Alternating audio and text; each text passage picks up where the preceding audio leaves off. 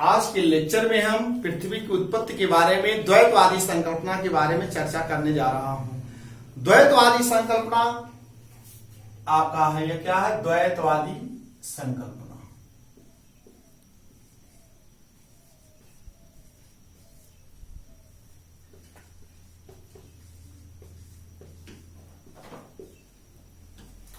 अब देखिए, द्वैतवादी संकल्पना का शाब्दिक अर्थ है ग्रहों की उत्पत्ति या पृथ्वी की उत्पत्ति दो वस्तुओं के संयोग से अर्थात दो तारों के संयोग से हुई है। अब इसके समर्थक जो हैं चैम्बरलेन मोल्टन की ग्रहण परिकल्पना, जेम्स जीन्स की ज्वारीय परिकल्पना, एच.एन. रसेल की द्वैतारक परिकल्पना। तो द्वैतवादी संकल्पना के जो समर्थक हैं वह चैम्बरलेन एवं मोल्टन, चैम्बरलेन एवं मोल्टन,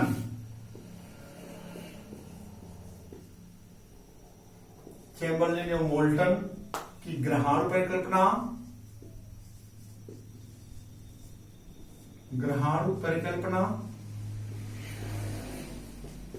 जेम्स जीन्स की ज्वारीय परिकल्पना,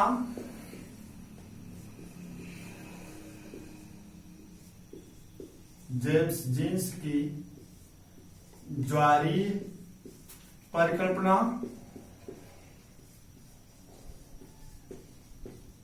एच.एन.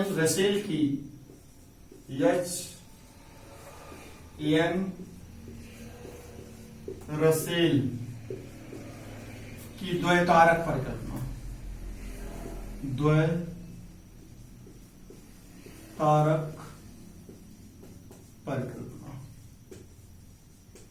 यह जो है द्वैतवादी संकल्पना के समर्थक हैं।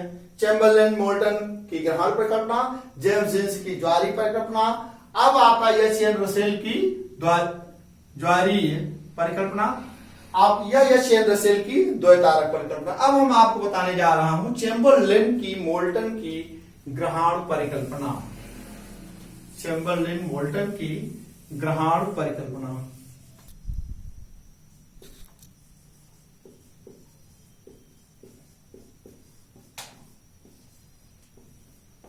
एवं मोल्टन की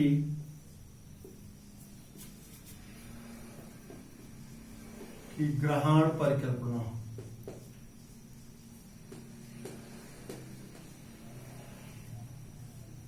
चैम्बरलेन मोल्टन की ग्रहण परिकल्पना सन 1905 ईस्वी में प्रतिपादित हुई थी। कब प्रतिपादित हुई थी?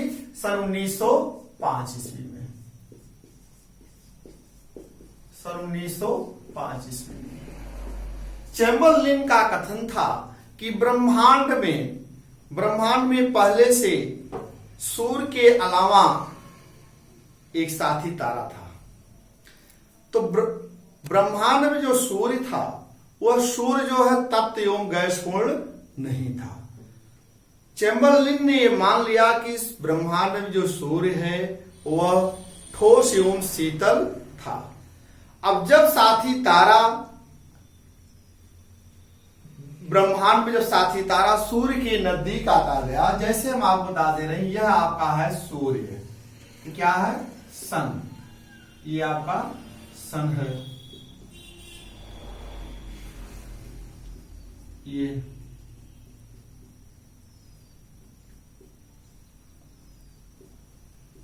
ये आप देख लीजिए सन है आपका, सूर्य हो गया। अब यह यहां पर आपका क्या है? साथी तारा है। ये क्या है? साथी तारा है। मोल्टन की यह संकल्पना थी कि सूर्य को मोल्टन ने तप्त एवं गैस न मान करके इसको ठोस पिंड, इसको क्या मान लिया था? ठोस पिंड। यह ठोस पिंड एवं शीतल था, ये शीतल था। कहने का सही है मोल्टन ने सूर्य को तप्त एवं गैसपूर्ण न मान करके इसको ठोस पिंड एवं शीतल मान लिया। और ब्रह्मांड में एक अन्य तारा विशालकाय साथी तारा था। यह विशालकाय साथी तारा, ये इसका नाम है विशालकाय साथी तारा या विशालकाय तारा। आप देख लीजिए ये विशालकाय तारा जैसे जैसे सूर्य के नजदीक आता गया वैसे वैसे इसकी आकर्षण शक्ति, देखिए सूर्य की आकर्षण शक्ति की अपेक्षा विशालकाय तारे की आकर्षण शक्ति अधिक थी। जैसे जैसे सूर्य के नजदीक आता गया सूर्य के धरातल से, सूर्य के सतह से असंख्य छोटे छोटे कण जो है अलग हो गए। ये विशालकाय तारा जैसे जैसे सूर्य के नजदीक आता गया वैसे वैसे धरातल, सूर्य के सतह से या सूर्य के धरातल से तमाम छोटे छोटे कण ऐसे निकलने प्रारंभ हो गए, बाहर निकल आए सूर्य के धरातल से। इसी को चैम्बरलिन मोल्टन में इसको प्लानेटिस्मल कहा गया। क्या कहा गया? प्लानेटिस्मल,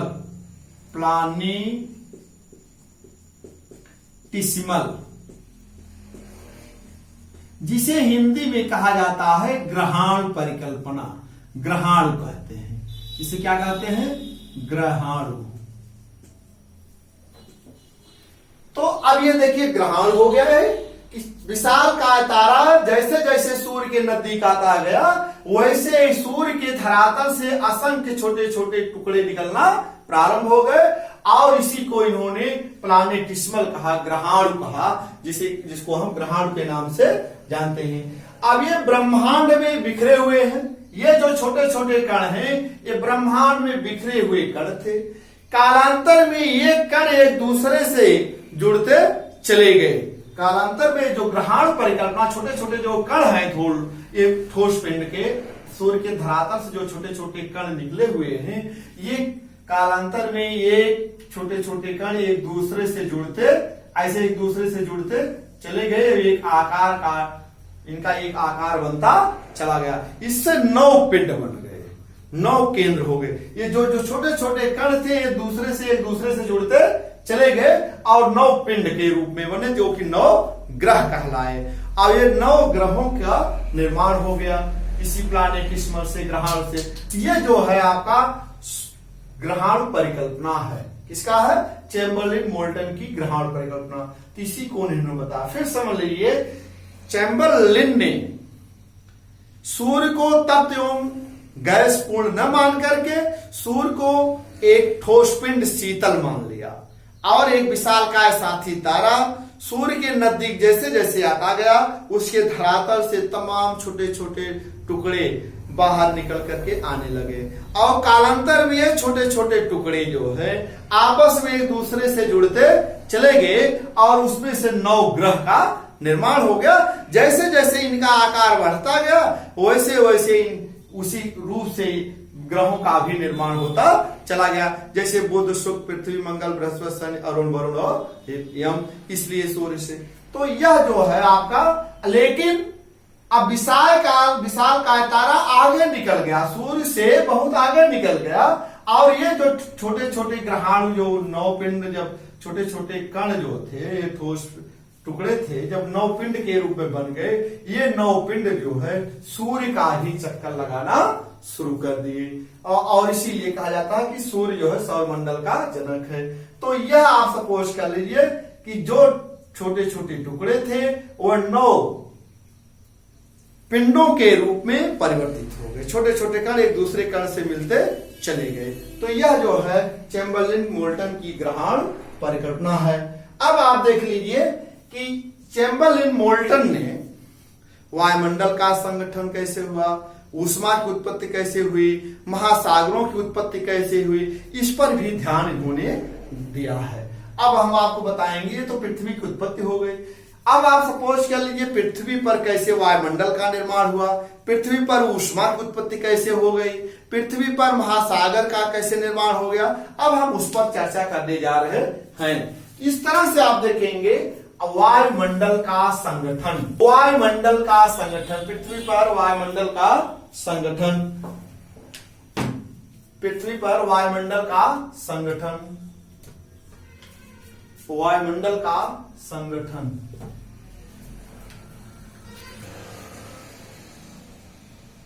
वायुमंडल का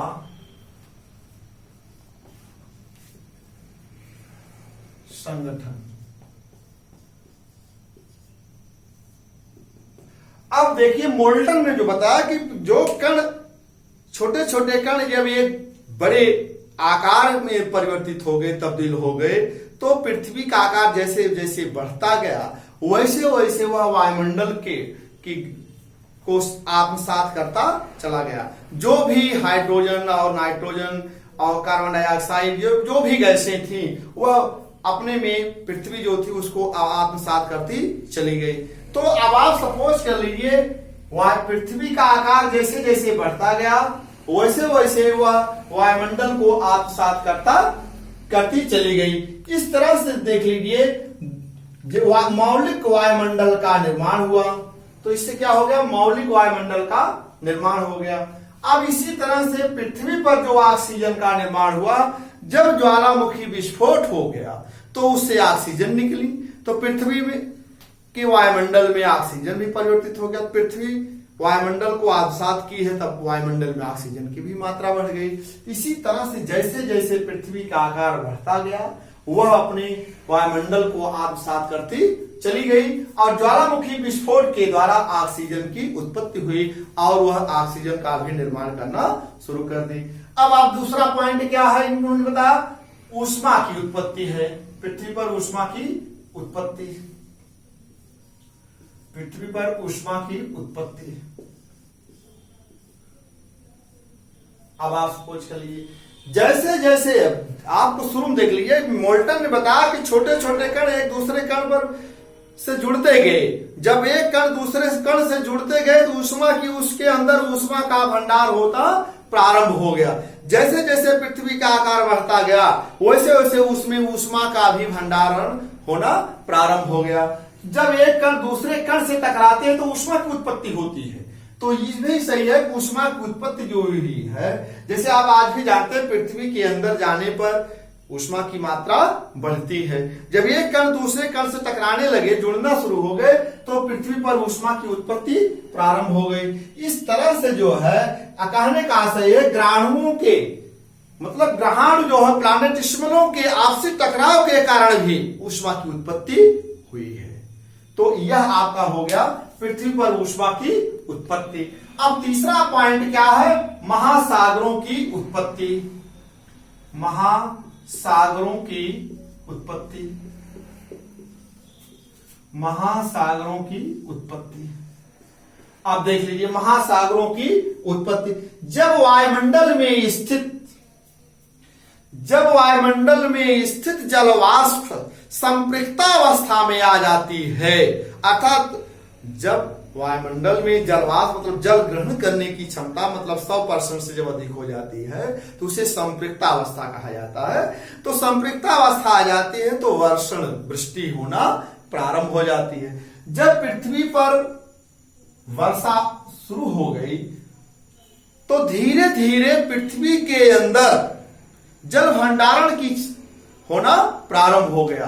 पहले महासागरों का निर्माण जो हुआ है, पृथ्वी के अंदर वर्षा हो रही थी तो पानी जो है रिस रिस करके पृथ्वी के अंदर जा रही थी। धीरे धीरे इतना बारिश होने शुरू हो गई, धीरे धीरे वह पानी पृथ्वी के तल पर आ गया तो महासागरों का निर्माण हो गया। फिर इसके बावजूद भी उल्काओं के द्वारा या उल्का पिंडों के कारण या ज्वालामुखी विस्फोट के कारण तमाम छोटे छोटे गर्त पाए गए थे। वह छोटे छोटे गड्ढे जिसे कहा जाता है गर्त थे, वह वर्षा के जल के द्वारा जो है वह भर गए। अब छोटे छोटे गर्त या छोटे छोटे जो गड्ढे या सागर थे एक दूसरे से मिल गए या मिलना प्रारंभ हो गया तो एक महासागर का रूप धारण कर लिए। तो इससे भी महासागरों की उत्पत्ति होती है। तो ये मोल्टन की जो ग्रहाणु परिकल्पना है वह वायुमंडल का संगठन, ऊष्मा की उत्पत्ति और महासागरों की उत्पत्ति के बारे में बताता है। इस तरह से प्रारंभिक काल में आप जान लीजिए सागरों का निर्माण जो हुआ है पहले पृथ्वी के धरातल के नीचे।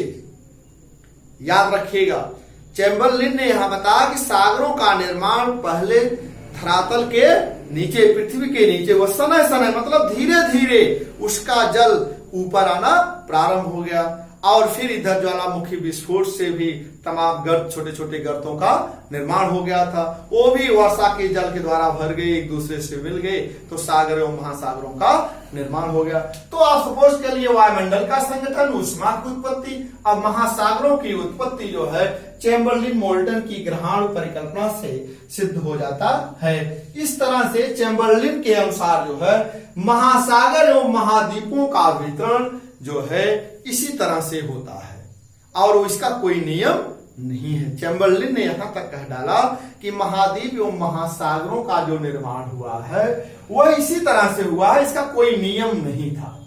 ठीक है, अब हम आपको बता रहे हैं दूसरे विद्वान का नाम जेम्स जीन्स की ज्वारीय परिकल्पना।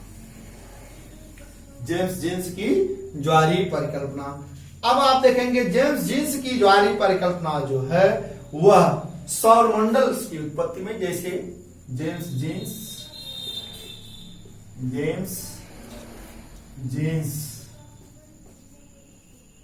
की ज्वारीय परिकल्पना, जेम्स जीन्स एवं जेफ्रीज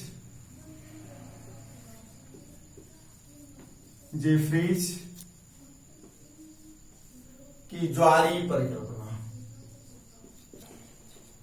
अब आप सपोज कर लिए जेम्स जीन्स ने सन 1919 ईस्वी में ज्वारीय परिकल्पना को प्रतिपादित किया और जेफ्रीज ने सन 1929 ईस्वी में ज्वारीय परिकल्पना को संशोधित किया। इसीलिए कहा जाता है जेम्स जीन्स की ज्वारीय परिकल्पना। जेम्स जीन्स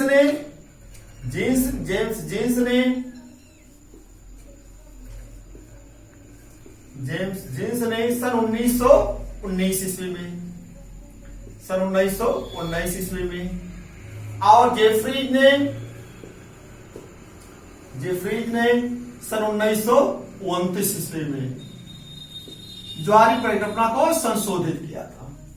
इस तरह से परीक्षाओं में पूछा जाता है कि जेम्स जीन्स की परिकल्पना जो है कब प्रतिपादित हुई थी? सन 1919 ईस्वी में। और जेफ्रीज ने ज्वारीय परिकल्पना को संशोधित करके कुछ थोड़ा संशोधित किया था सन 1929 अर्थात 10 वर्ष बाद ज्वारीय परिकल्पना को प्रतिपादित किया था। तो ये भी समझिए जेम्स जीन्स एवं जेफ्रीज की जो ज्वारीय परिकल्पना है यह आप सपोज कर लीजिए कि इनका एक कथन था कि सूर्य एक था, सूर्य के अलावा एक विशालकाय साथी तारा था।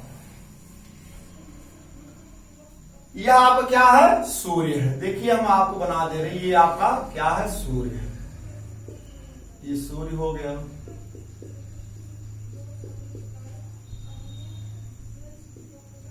ये आपका सूर्य हो गया। अब यह आप देख लीजिए, यह आपका क्या है? विशालकाय साथी तारा हो गया। ये क्या है? विशालकाय साथी तारा।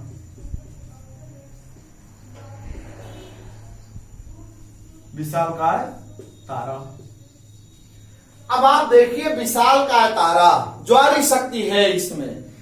विशालकाय तारा ज्यों-ज्यों विशालकाय तारा की आकर्षण शक्ति सूर्य की आकर्षण शक्ति से अधिक, अर्थात सूर्य की ज्वारीय शक्ति की अपेक्षा विशालकाय साथी तारे की ज्वारीय शक्ति सर्वाधिक थी। अब यह आपका विशालकाय तारा है। ज्यों-ज्यों विशालकाय तारा सूर्य के नजदीक पहुंचता है त्यों-त्यों सूर्य के बाह्य सतह से एक उभार होना शुरू हो जाता है। यहां से ऐसे उभार होना, आप देखिए ऐसे उभार होना शुरू हो गया।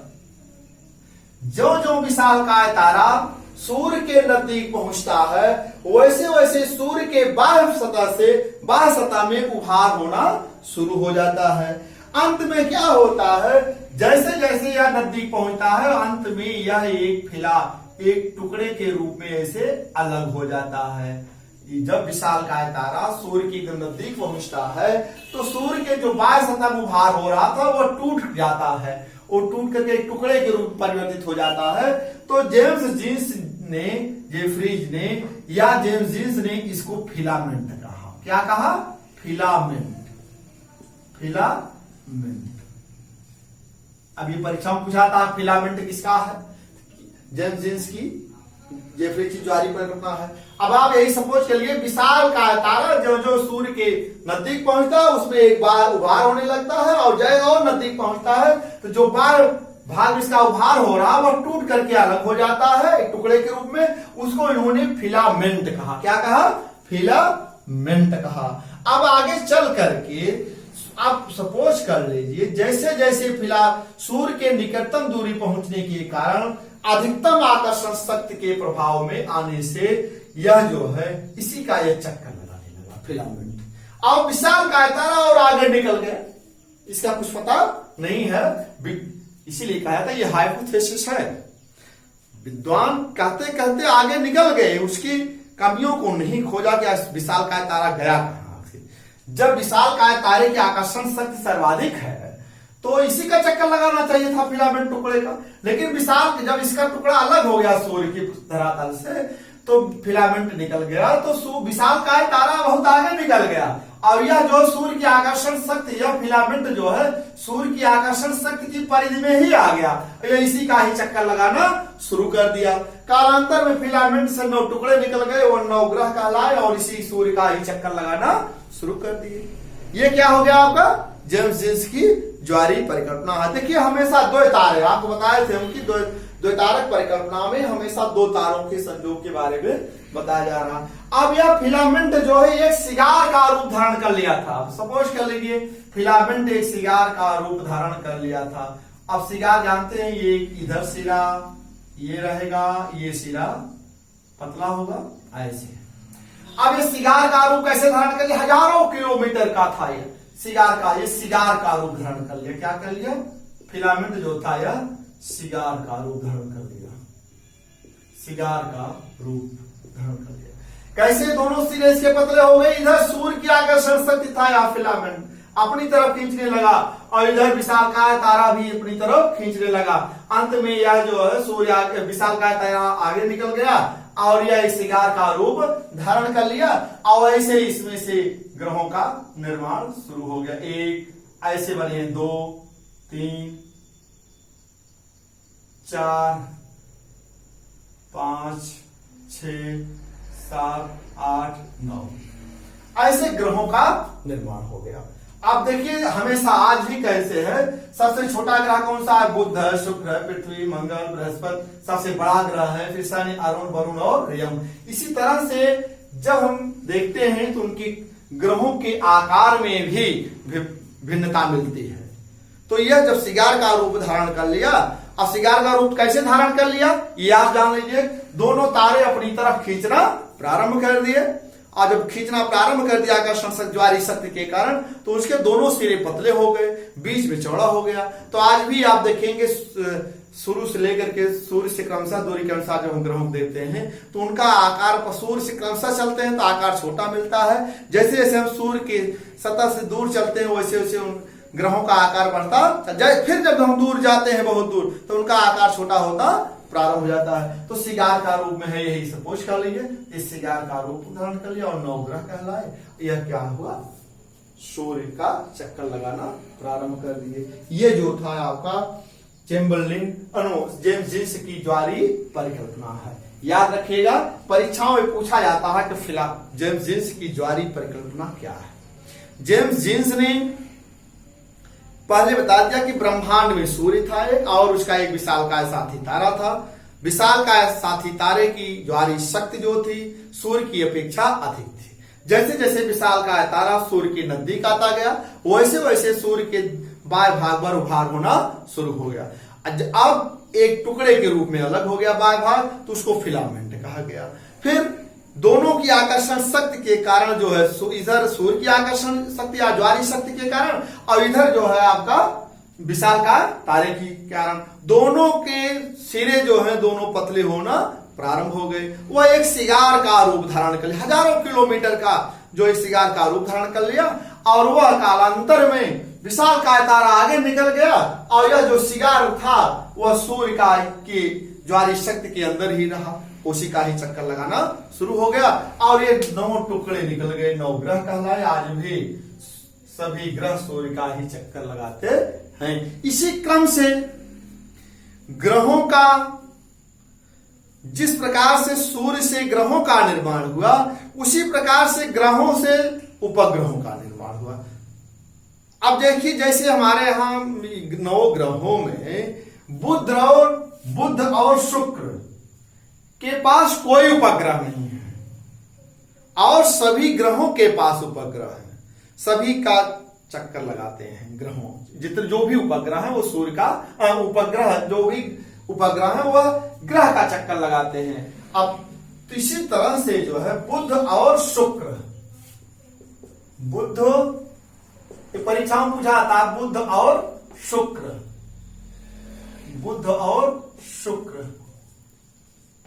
शुक्र ग्रह के पास कोई उपग्रह नहीं है, नो सैटेलाइट। तो इस तरह से और सभी ग्रहों के पास उपग्रह, जिस प्रकार से सूर्य से ग्रहों का निर्माण हुआ, उसी प्रकार से ग्रहों से उपग्रह का निर्माण हुआ। सभी उपग्रह ग्रह का चक्कर लगाते हैं। इस तरह से जो है आपका जेम्स जीन्स की ज्वारी परिकल्पना हो गई। अब हम आप बता दें, इसी तरह से आप देखेंगे इनमें ग्रहों का झुकाव भी अलग होता है। तो जैसे जब सूर्य से इनका चक्कर लगाते हैं तो ये झुक करके लगाते हैं, तो इनके एंगल का भी निर्माण हुआ है। कोई जैसे 7 अंश, कोई ग्रह जैसे बुध 7 अंश झुका हुआ है, 23.5 अंश जो है क्या नाम है पृथ्वी झुकी हुई है अपनी धुरी पर। ऐसे जो है सभी ग्रह अपने धुरी पर झुके हुए हैं, झुक करके ही सूर्य का चक्कर लगाते हैं। अब हम आपको अगला बताएंगे एच.एन. रसेल की द्वैतारक परिकल्पना। एच.एन. रसेल की द्वैतारक परिकल्पना,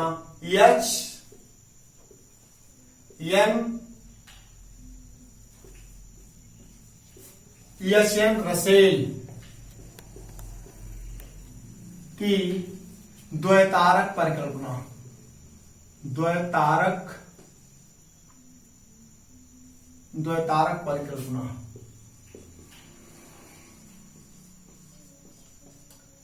अब आप सपोज कर लीजिए, एच.एन. रसेल ने यह मान लिया कि आदि काल में या अतीत काल में ब्रह्मांड में सूर्य के अलावा 2 अन्य तारे थे।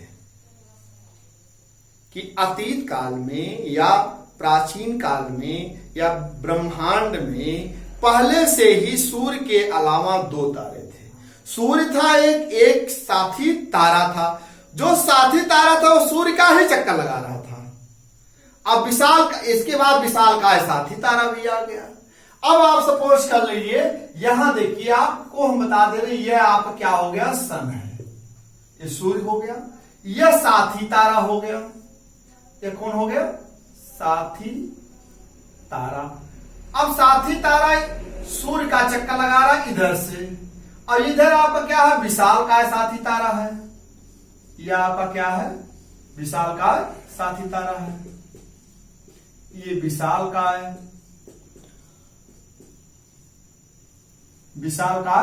तारा है। ये आपका क्या है, साथी तारा है। दोनों एक दूसरे के विपरीत दिशा में घूम रहे हैं। साथी तारा इधर से घूम रहा है और विशालकाय तारा इस दिशा की तरफ घूम रहा है। ये आपका क्या है, सूर्य है। आप जानते हैं यह आपका सूर्य। इन्होंने माना कि अतीत काल में सूर्य के अलावा 2 तारे थे। एक साथी तारा था जो कि सूर्य का चक्कर लगाता था, और एक विशालकाय साथी तारा आ गया।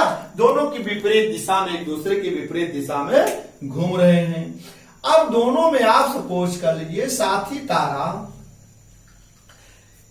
ये विशालकाय साथी तारा और विशालकाय साथी तारे के बीच की दूरी जो है 48 लाख से लेकर के 64 लाख किलोमीटर के बीच की दूरी है। किलोमीटर की दूरी है। साथी तारा और विशालकाय दोनों तारों के बीच की दूरी कितनी है, 48 लाख से लेकर के 64 लाख किलोमीटर के बीच की दूरी है। और दोनों से अब आप सपोज कीजिए, विशालकाय साथी तारा जो जो साथी तारे के नजदीक आ रहा है उसमें से उभार होना शुरू हो गया। इसमें ऐसे उभार होना शुरू हो गया, अर्थात इससे जो है टुकड़े निकलना शुरू हो गए। अब ये साथी तारा जो था, इस तरह से देखिए, सन है आपका, ये साथी तारा है, ये विशालकाय तारा है। विशाल काय साथी तारा, विशाल काय तारा जो जो साथी तारे के नजदीक आ रहा है, त्यों त्यों सूर्य ये साथी तारे के बाएं भाग में उभार होना शुरू हो गया। जब विशाल काय तारा जब सूर्य के साथी तारे के नजदीक पहुंचता है तो इसमें से टुकड़े निकल गए और वह ग्रहण कहलाए या पृथ्वी की उत्पत्ति हो गई। और वह विशाल काय साथी तारा आगे निकल गया और साथी तारा भी अपनी दिशा से, दोनों एक विपरीत दिशा घूम रहे हैं। साथी तारा आगे दूसरे दिशा की तरफ चला गया और विशाल काय तारा दूसरे की तरफ निकल गया और जो यह टुकड़ा निकला वह सूर्य का ही चक्कर लगाना शुरू कर दिए, जिससे जो ग्रहों का निर्माण हो गया। यह एस एन रसेल की द्वैतारक परिकल्पना है। ऐसे ऐसे उसमें से टुकड़े निकलना प्रारंभ हो गए। एक देखिए अतीत काल में ये देखिए सबकी हाइपोथेसिस है, ऐसा नहीं कि सिद्ध कर दिया गया है। कोई भी परिकल्पना पृथ्वी की उत्पत्ति के बारे में अभी तक सिद्ध नहीं की जा सकी है। जिसे कहा जाता नो बेस्टी या फिर beginning no prospect of an end, न तो आदि पता है न अंत का इसका भविष्य। इस कैसे उत्पत्ति हुई क्या, सब केवल एक हाइपोथेसिस है। यह चेन रसेल ने मान लिया अतीत काल में कि सूर्य के अलावा ब्रह्मांड में दो तारे थे, एक साथी तारा था, एक विशाल काय साथी तारा था। साथी तारा सूर्य की आग का चक्कर लगाता था और एक विशाल काय साथी तारा आया, वह दोनों एक दूसरे के विपरीत दिशा में घूम रहे थे। और जैसे जैसे विशाल काय साथी तारे के नजदीक आता है, साथी तारे के बाएं भाग से उभार होना शुरू हो जाता है, उससे टुकड़े निकलते हैं। जितने टुकड़े निकलते हैं वो नवग्रह कहलाते हैं, अर्थात 9 टुकड़े निकले वो नवग्रह कहलाए। और साथी तारा एक दोनों, अब विशाल काय तारा दोनों एक विपरीत दिशा घूम रहे थे, वो आगे निकल गए और ये सूर्य का ही चक्कर लगाना शुरू कर दिए। तो सभी ग्रह सूर्य का चक्कर लगाते हैं। यह जो है आपका द्वैतवादी संकल्पना के ये समर्थक थे 3, आपका चैम्बरलिन मोल्टन और जेम्स जीन्स और एच एन रसेल। ये द्वैतारक या द्वैतवादी संकल्पना के प्रबल समर्थक थे। अब हम अगले लेक्चर में आपको बताएंगे दूसरी, जैसे आटो स्मिथ की अंतःतारा धूल परिकल्पना है, होयल लेटन का है, न्यूक्लियर फिजिक्स के आधार पर है, ये बताएंगे। ठीक है, धन्यवाद।